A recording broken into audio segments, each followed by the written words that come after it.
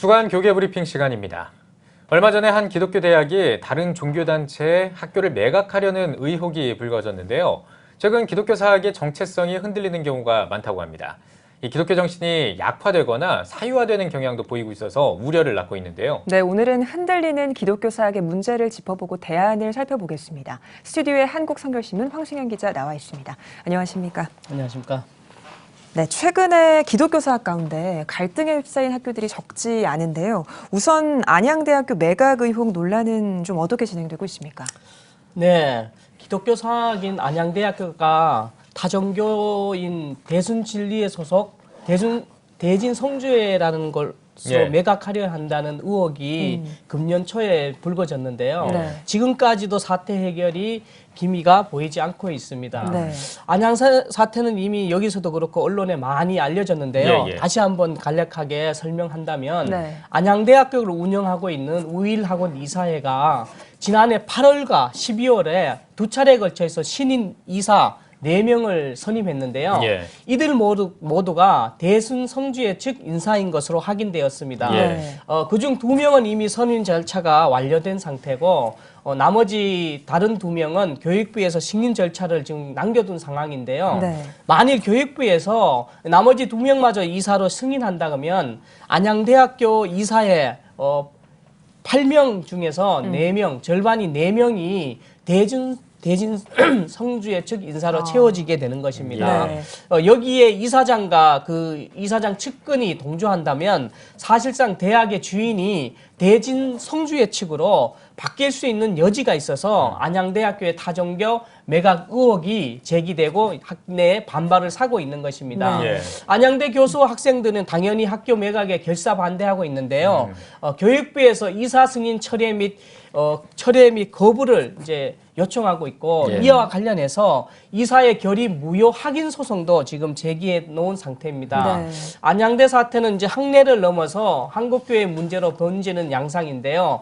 대한예수교 장로회 대신 측 교단과 기독교 공공정책협의회 등에서 대순 성주회 측 매각 의혹에 대한 진상 규명을 요구한 상태고요. 교육부의 특별 감사와 그리고 교육부에서 간선이사 파송을 지금 요구하고 있습니다. 그렇다면 이제 안양대 사태는 교육부가 어떤 반응을 보일지가 중요해 보이는데 어떻습니까? 네, 교육부가 어떻게 판단을 내릴지는 섣불리 예단할 수 없는데요. 네. 안양대 이사회가 대학 정관이나 이사 선임 절차를 잘 준수했는지 이 여부가 교육부의 판단 기준이 될 것으로 보입니다. 먼저 학교법인 우일학원의 정관을 살펴보면 기독교 정신에 입각해서 설립된 학교라는 것은 분명히 밝히고 있습니다. 근데 정강산 이번 이사 선임에 제동을 걸 만한 그 유법적인 문구는 이제 없는 것으로 이렇게 알려졌는데요. 다른 기독교 사학의 정관을 살펴보면 이사 자격에 기독교인으로 한정한다는 조항이 있습니다. 그 연세대 이사의 경우 기독교 성경을 가르치는 기독인의 신앙생활을 하고 있는 자로 이렇게 한정하고 있고 숭실대는 기독교 세례인으로서 10년 이상 세례인으로 봉사한 자라고 그렇게 규정하고 있습니다. 명지대도 이사와 감사는 건전하고 순수한 기독교 복음주의 기독교 신앙을 갖춘 자라고 그렇게 못 박았는데요. 안양대 정관에는 이러한 규정이 없어서 이사회가 이제 신임 이사를 선정하는 과정에서 정관을 위배했다고는 볼 수 없는 상황입니다. 그런데 여기서 지난해 12월 선임된 이사가 허위 이력을 기재하거나 경력 일부를 빠뜨린 그런 이제 이력서를 법인에 제출한 걸로 확인됐습니다. 이사로 선임된 김모 씨와 이모 씨는 현재 중원대 총장과 총장 이제 직무대행과 그 대학원장을 맡고 있었는데요. 이 경력을 이렇게 누락한 것입니다. 중원대는 잘 알다시피 대진 성주의 산하 대신교육재단이 운영하고 있어서 기독교 대학인 안양대학교의 건학 임명과 분명한 차이가 있는 것은 사실입니다. 그렇지만 교육부는 이것이 경력은 이제 미기재했다고 해서 이사 승인 취소 사유는 아니라고 그렇게 밝혔고 이들에게 이제 검증 허가서를 요구해서 받아놓은 상태입니다. 이거 안양대학교 이제 구성원들이 비대위를 구성해서 교육부 앞에 가서 시위도 하고 그렇지만은 교육부가 이걸 어떻게 판단을 내릴지는 좀 더 지켜봐야 될 것 같습니다. 네, 사태가 이렇게까지 된 데에는 안양대 김광태 이사장의 책임이 적지 않을 것 같은데요. 김 이사장은 어떤 입장을 내놓고 있습니까? 김 이사장은 이 학교를 인수한 이제 이제 아버지의 아들인데요.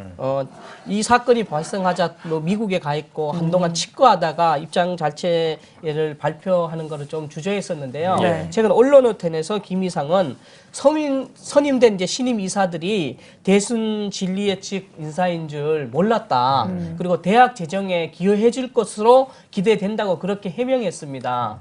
그리고 그는 이제 비기독교인이라고 해서 반대하는 것 자체가 명분이 약하고 잘못된 것이라면서 안양대학교가 기독교 대학이 아니라고까지 그런 발언을 해서 이제 논란을 자초하고 있는데요. 그는 언론과 인터뷰에서 안양대학교는 기독교 대학이 아니며 대한민국 헌법도 종교의 자유가 보장돼 있다면서 신규 이사들의 종교가 무엇인가 보다는 대학 발전에 무엇을 할 수 있는지가 그걸 먼저 살펴야 된다고 그런 식으로 이제 주장을 했습니다. 그런데 이제 이사장의 발언만 놓고 본다 그러면 이것이 사실이 아니라는 근거가 많이 있습니다. 먼저 안양대학교는 1948년 대한신학교로부터 이렇게 시작되었거든요. 그 앞서 설명했듯이 정관이나 학칙에도 기독교 정신이 건학 이념으로 분명히 나와 있고요. 법인 등기에도 보면 신학 교육을 위한 신학교를 운영 유지한다고 그렇게 나와 있습니다. 실제로 학교도 기독교 학과도 있고 신학과도 있고 기독교 교육학과도 있고요. 그 외에 다른 학과에서도 학생들이 체프를 의무적으로 해야 되고 교양 필수 과목으로 뭐 성서의 이해, 기독교 이해라 이런 등을 수강해야 하는 것입니다.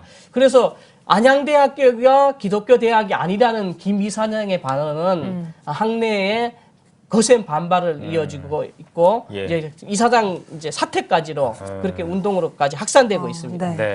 뭐 안양대 사태도 안타까운 일입니다만 또 기독교 전통이 깊은 배화여자대학교 여기 안에서는 또 이제 학내 비리 그리고 사유화 논란 이런 것 때문에 또 이제 시끄러웠다고 들었어요. 그렇습니다. 배화여대도 학교 법인과 그러니까 노조하고 교수 측이 지금 심각한 갈등 양상을 보이고 있습니다. 학내 구성원들은 지난해 퇴임한 전 이사장이 이사회를 장악하고 학교를 사유화하고 있다면서 관계자 지금 퇴진을 요구하고 있습니다. 교육부에 따르면 배화여대는 리모델링 계약과 교비 회계 집행 등 부적성 등이 드러나서요. 당시 이사장의 임원 취임 승인 취소 그리고 전 총장에게는 중징계 등의 징계 권고를 학교에 내렸는데요. 학교 법인 측은 이사장과 총장의 임기가 당시 얼마 남았지 않다는 이유로 불문 또는 경고로 처분으로서의 사안을 이렇게 종결했습니다. 교육부는 배화여대가 권고를 무시하고 징계를 내리지 않는 것에 대해 지금 현재 시정 조치를 요구한 상태이고요. 노조와 교수협의회는 전 이사장과 총장을 상대로 지금 검찰 고소를 추진하고 있는 것으로 그렇게 알려져 있습니다. 배화여대 노조와 교수협의회는 이런 부정이 전 이사장의 학교의 사유화 시도에서 일어난 일이라고 그렇게 주장하고 있습니다.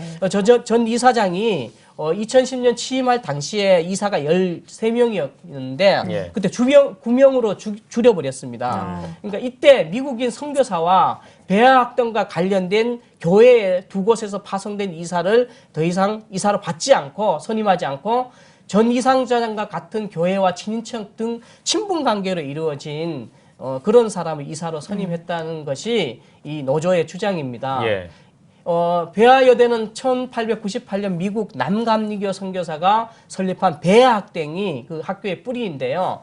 1919년 3.1운동 당시에 학생들이 독립운동에 참여했다는 기록도 있어서 그 학교 본관과 지금 가학관이 문화재로 이렇게 등록돼 있을 정도로 역사와 전통에 있는 대표적인 기독교 대학인데요. 이렇게 사유화와 학내 비리로 지금 몸살을 앓고 있어서 안타까움이 큽니다. 대부분의 기독교 사학들이 초기 선교사들의 지원이나 성도들의 헌금을 통해서 세워진 경우가 많은데 이런 기독교 사학들이 요즘 이슈들을 보면 좀 사육을 채우는 곳으로 전락하고 있는 모습이거든요. 왜 그럴까요? 네, 기독교 사학들이 흔들리는 것은 이제 뭐 세상이 이제 세속화되고 그밖에 많은 이유가 있겠지만은 그 중에서도 이렇게 공교회성이 사라지는 것이 가장 큰 문제로 보입니다. 예. 대부분 기독교 사학들은 교단이나 교회 등 공교회에서 이사를 파송해서 기독교 설립 이념을 지금까지 지켜왔고 기독교 정신을 아래에 있는 인재를 양성했는데요. 예. 지금은 공교회가 아닌 일부 개인들에게 넘어가거나 사유화가 진행되는 거 있는 그것이 이제 문제가 되고 있습니다. 그 연세대학교 경우에도 언더우드가 세운 대표적인 기독교 사학인데요. 예장 통합과 감리교, 기독교 장로회 그리고 이제 성공회 등 이제 4개 교단에서 이사를 파송했는데요. 2011년 정관을 개정해서 더 이상 교단에서 이사를 파송할 수 없게 되었습니다. 이건 이제 연세대뿐만 아닌데요. 이하여대에도 처음에는 감리교 재단에서 이사를 파송했는데요. 지금은 그렇지 못한 상태고, 뭐 앞서 말씀드린 배아여대, 안양대, 평택대, 배재대, 계명대 등 이게 선교사와 교단이 세운 기독교 학교들인데 지금은 공교회가 아닌 일부 개인들에게 가버렸다는 그런 인상이 지울 수 없는데요. 이렇게 기독교 사학들의 사유화는 기독교 설립 이념과 정체성을 약화시키고 개인의 사적 이익을 추구하게 되면서 결국 기독교 색채가 점점 옅어지고 일반 대학처럼 돼버리면서 갈등 구조가 커질 수밖에 없는 그런 상황이 된 것입니다. 네, 저희가 시간이 다 돼서 이번에는 기독교 정신으로 이제 세워진 이런 기독교 사학들이 어떤 노력이 필요한지 그 대안을 한번 좀 들어보겠습니다. 뭐 기독교 사학들이 기독교라는 정체성을 지키기 위해서는 대학의 몸집이나 외형을 지키기보다는 기독교 대학 구성원들이 먼저 신앙으로 바로 서야 된다는 그런 지적이 많습니다. 대학이 학문 공동체 이전에 기독교 진리를 추구하는 신앙 공동체라는 인식을 구성원 스스로가 가지는 노력이 필요할 것 같습니다. 한 대학 교목은 기독교 교육을 실시하는 것이 헌법상 정당한 권리인데도 교육 현장에서는 이에 대한 확신이 없다고 지적하면서 그 기독교 대학 구성원 스스로가 이런 확신을 가지고 이렇게 교육을 임하는 것이 중요하다고 강조했습니다. 또한 건학 이념에 맞는 수강 시간을 확보하는 것도 중요하다고 전문가들은 조언했는데요. 학생들의 신앙 인상을 함양하는 채플 그리고 이제 그거를 시대에 맞게 다양화하거나 신앙 지도 교수제의 활성화 그리고 기독교 학문과 다른 학문 사이의 학제적 연구를 위한 이제 학문 선교 개발 그리고 대학 교회와 교목이 유기적으로 이제 대안을 모색하는 이제 협력을 모색하는 것도 있고 무엇보다도 한국교회 공교회성을 회복하고 한국교회가 기독교 학교에 대한 관심을 높이고 이제 지켜주는 것이 필요할 것 같습니다. 네, 잘 들었습니다. 기독교적인 세계관으로 세워진 이런 기독 사학들이 역사와 전통만큼이나 우리 사회에 미친 영향도 많은데요. 시간이 지날수록 이런 정신이 왜곡되고 또 퇴색되고 있다는 소식이 참 안타까운 것 같습니다. 황수영 기자 오늘 잘 들었습니다.